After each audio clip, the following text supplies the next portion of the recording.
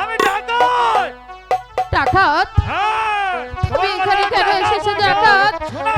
না, তুমি আমাকে ছেড়ে দাও ডাকাত। না, আমাকে ছেড়ে দাও, ছেড়ে দাও বলছি।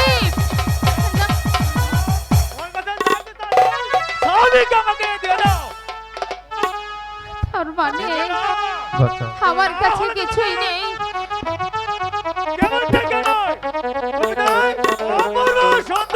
কে কোথায় আছো বাবা?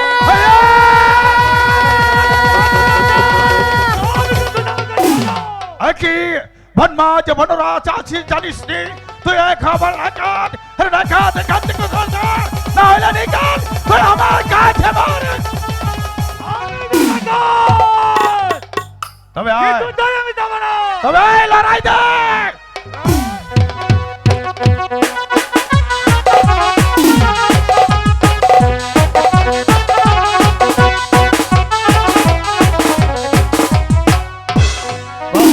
তুই বনমাজ আসে বিপদ পড়েছিস, এই বনমাজে কেন এসেছিস বল? আমি জীবন ভর মানুষের উপকার করি, তোর উপকার করবো, বল কে আছিস তুই? বাবা, আমি অনেক বিপদে পড়ে এখানে এসেছি। তুই আমাকে বাবা বলে রাখলি, আমি জঙ্গল মে থাকি, আমি লতাপাত খেয়ে এতটুকু বড় হয়েছি, আজ পর্যন্ত আমাকে কেউ বাবা বলে না। হ্যাঁ আরে তুই আমার ভাইজি আছিস, আর ওই লক্ষ্মীরা আমার দাদাজি আছে। না কেন? ও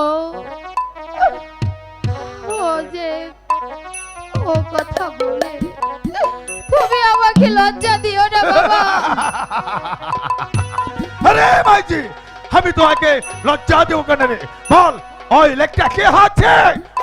ও যে আমার স্বামী বাবা। ঠিক আছে, তুই আমার মাইজি আছিস, ওই লেখটা আমার বাবাজি আছে। দে মাইজি, আমার ভাবটিকে আমার তুলে দেবেন। জানি জানি রে, আমি জঙ্গলে আছি, তুই আমাকে বাবা বলছিস, তুই আমার মাইজি আছিস, আমাকে বিশ্বাস করতে পারছিস না কেন? আমি তো জঙ্গলি, আমি তো তোদের মতন মানব নই, তাই আমাকে বাবা বলছিস। খোদা ওই মালিকের কসমকে বলছি, বাচ্চাকে মার করে দে, আমি তোকে দিয়ে দেবো রে মাইজি। না, আমি জানি জানি বিশ্বাস করবি নি। ঠিক আছে, আমি চলে যাচ্ছি। আরে যদি তুই আমার মাঝি হয়ে থাকিস, আমাকে বাবা বলে থাকিস, তাহলে আমার ভাবটিকে আমার কোলে দে, আমি দেখবো আমার তোর কোলে ফিরিয়ে যাবো রে মাঝি। নাও বাবজি।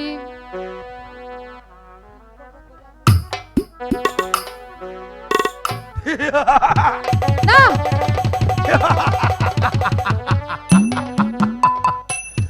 তোকে আমি পরীক্ষা করে নিলাম রে মাইজি, তুই কতদিন বিশ্বাস করিস? হ্যাঁ তুই আমার মাইজি আছিস, আজ থেকে এই বন মাঝি না, চল মাইজি তুই আমার গর্বে চল। না বাবা, আমার যে 12টি বৎসর আমার স্বামীকে নিয়ে এই বনমাঝেই থাকতে হবে। বনমাঝে থাকতে হবে? হ্যাঁ রে মাইজি, তুই কোনো চিন্তা করবি না, এই বনমাঝে আমি লতা পাতা দিয়ে একটা ঘর তৈরি করে দেবো, তুই এই বনমাঝে থাকবি। আর শোন মাইজি, কোনো বিপদ বললে তুই এই বাপটিকে স্মরণ করবি, তোর বিপদ থেকে উদ্ধারই করবে রে মাইজি। আমি তাই করবো। চল মাইজি, আমার সাথে চল।